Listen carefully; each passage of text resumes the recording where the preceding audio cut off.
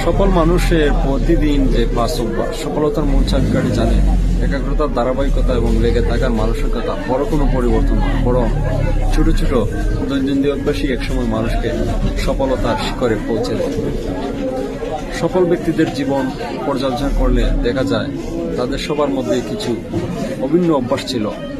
চলুন জেনে নেওয়া যাক আজকের ভিডিওতে সফল মানুষের প্রতিদিনের সেই 5টি অভ্যাস। খুব ভোরে ঘুম থেকে ওঠা।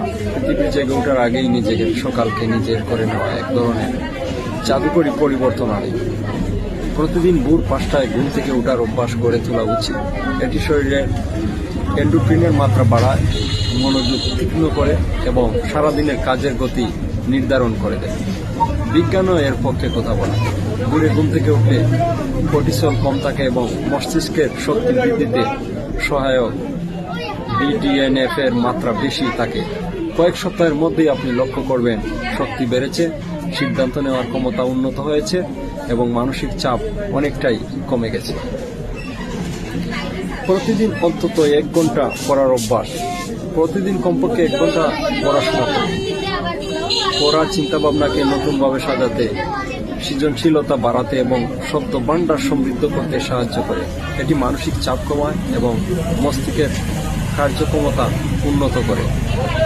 অযথা সোশ্যাল মিডিয়া স্ক্রলিং বা টিভি দেখার বদলে জীবন নিদর্শন, কল্পকাহিনী কিংবা আত্মোন্নয়নমূলক বই পড়ুন। এতে মন আরো তীক্ষ্ণ হবে।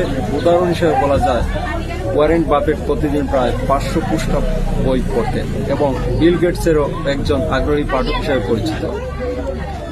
নিয়ন্ত্রণের বাইরে থাকা।